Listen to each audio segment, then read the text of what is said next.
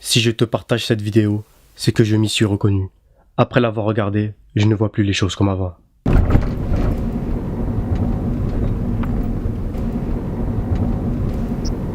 On est dans une situation critique, ya Ikhwan.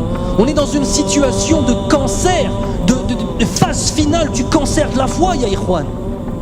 Sauf qu'on s'en rend même pas compte, c'est ça le plus grave. On est dans une situation urgente. Combien d'entre nous n'arrivent pas à dormir la nuit par rapport à ce qui se passe à nos frères et sœurs?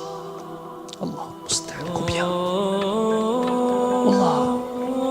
Même al-mahabba, même le lien d'amour, fils abilillah, il a tellement disparu à ce point-là. À ce point-là qu'on est sur Facebook, on voit un truc, on voit une vidéo avec nos frères et sœurs qui se font massacrer. Ah, rahimahumullah. Et 5 minutes après, on est en train de bahak avec quelqu'un au téléphone. Nos cœurs, ils sont morts à ce point-là, subhanallah. Au point que si quelqu'un, on ne le connaît pas, on ne sait pas l'aimer. C'est ça l'amour, fils abilillah. Aimer pour Allah, c'est réussir à aimer quelqu'un que tu n'as jamais vu de ta vie, Yahri. Parce qu'il a une foi qu'il partage avec toi, qui est la chose la plus importante. Est-ce qu'on pense, ne serait-ce que dans nos doigts, à faire des doigts pour nos frères et sœurs à travers le monde? Partout. Est-ce que quand on voit ce qui se passe, nos cœurs ils se retournent? Est-ce qu'on a peur pour nos frères qui se fassent tuer dans la rue? Est-ce qu'on a peur pour eux? Est-ce que quand tu vas rentrer, est-ce que quand je vais rentrer chez moi avec ta femme, elle va voir ton visage, elle va dire qu'est-ce que t'as, ya Habibi? Qu'est-ce qui se passe? Tellement ça va se voir sur nos visages. Quand tout ça, c'est notre relation avec Allah Azza wa Jal qui n'est pas assez forte, ni plus ni moins. Ni plus ni moins que ça. On est loin, ya Ikhwan. On est extrêmement loin.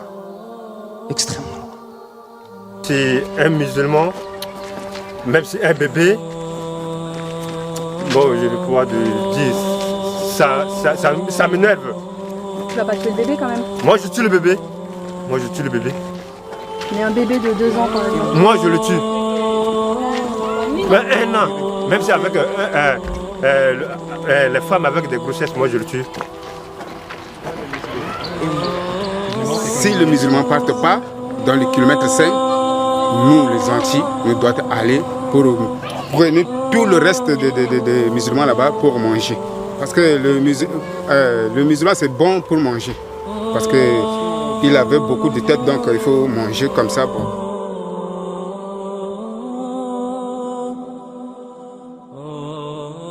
Le corps brûlé, on coupe la tête, jetée.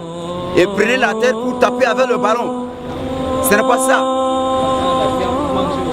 On coupe notre corps là pour manger. Est-ce que dans nos yeux, est-ce qu'on mange le corps des gens? On ne mange pas. Ce sont les chiens qui mangent n'importe quoi. Mais nous, les gens comme nous là, comme vous là, on ne peut pas manger notre chair. C'est grave pour nous. C'est comme ça. En tant que moi, là, j'ai tout subi. La guerre, là, on dirait que ça vient rien que sur moi. Ils ont tué ma mère et mon père. Il reste que moi. Je suis seul maintenant. Je ne sais pas là où j'allais. C'est pour cela que je suis resté ici, à la base des réfugiés. Et moi, j'ai parti à l'école. J'ai promené. À mon retour, les anti-Balaka sont attaqués. Et je suis précipité d'aller à la maison. Je n'y suis pas arrivé. Et ils m'ont dit que ils ont tué mon père et ma mère. L'histoire d'un homme que j'ai rencontré ce matin au camp réfugié, il est en train de me raconter une histoire réelle qu'il a vécue sur le terrain. L'histoire c'est quoi? On a tué son fils, on l'a obligé de manger la chair de son propre fils. Il l'a mangé par obligation, mais ce dernier, il parlait en pleurant. Il me dit s'il pouvait pleurer avec du sang à lait, il le fera. Vraiment, et il a dit adieu à la viande. Lui, il va plus jamais manger de la chair, que ce soit la chair des animaux, comme poissons, etc. Il a juré de ne plus manger la viande parce qu'on l'a obligé de manger la chair de son fils, mes frères. C'est vraiment terrible. Ces gens-là, ce sont ceux qui nous aident ici à vivre. Sans eux, on serait déjà morts. Parce que les vivres ils nous amènent des vivres chaque fois. Nous mangeons grâce à eux une fois par jour. Mais ça ne nous dérange pas. L'essentiel, c'est de vivre.